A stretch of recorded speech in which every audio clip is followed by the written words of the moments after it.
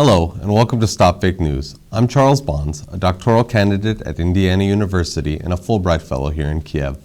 I'm pleased to be this week's guest anchor for StopFake News.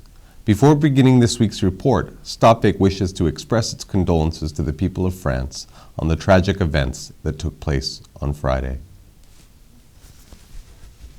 Russian and separatist media falsely reported that the 72nd Brigade of the Ukrainian Armed Forces had left its deployment position several days ago and had prepared to march on Kyiv to rally against President Petro Poroshenko.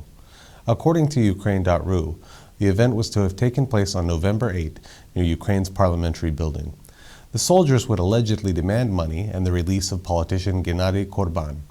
The news was then picked up by other media, but the rally never took place. Prior to the time that the rally was to have taken place, the Defense Ministry's press service told StopFake that the story was bogus. This information contradicts reality. The brigade's deployment is a military secret and the soldiers are in place and fulfilling their duties. Meanwhile, Gennady Korban remains under house arrest in Dnipropetrovsk.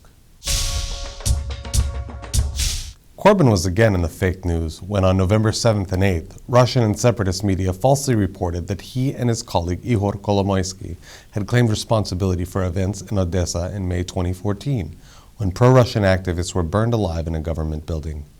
They cited testimony that Korban allegedly gave on November 6th. This false story was also picked up by other media.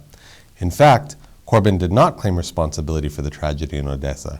He simply testified about how he and his colleagues used the tragedy in order to prevent the implementation of a Luhansk and Donetsk-style breakdown in Odesa and surrounding areas. Here he discusses sending separatists out of Odesa. As a result, we bought all of them tickets to the Russian Federation, put them on a train, and in this way we were able to save the southeast of Ukraine. Such an approach was made in Odesa. Tragic events also took place there. It was made in Zaporizhia, but it wasn't made in Donetsk and Luhansk. Nowhere in his comments does he take responsibility for the tragic events. Russian television network Zvezda falsely reported that an OSCE monitoring mission had confirmed the bombardment of Donetsk Kuybyshev district by the Ukrainian army.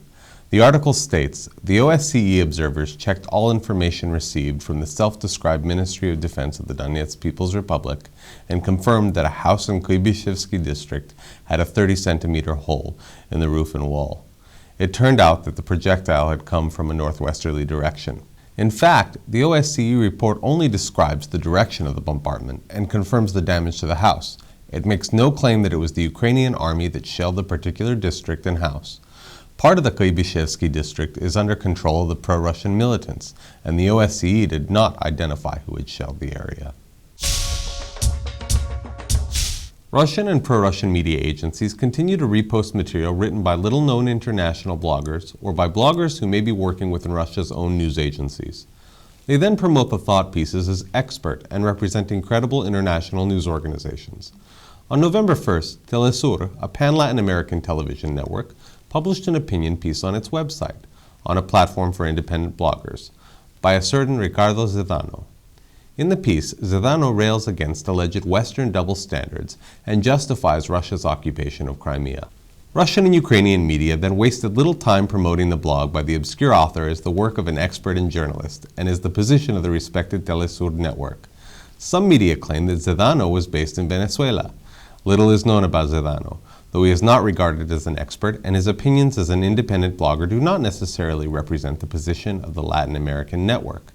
As it actually turns out, earlier social media posts by Zvedano himself claimed that he lived in Moscow and worked for the Russian state media company RIA Novosti. This has been just some of the most recent information from StopFake. To keep up to date with exposed fakes, please visit StopFake's website. And also let StopFake know about any reports you think need to be verified or corrected. I'm Charles Bonds, and I'm pleased to have presented you with some of this week's news and exposed fakes.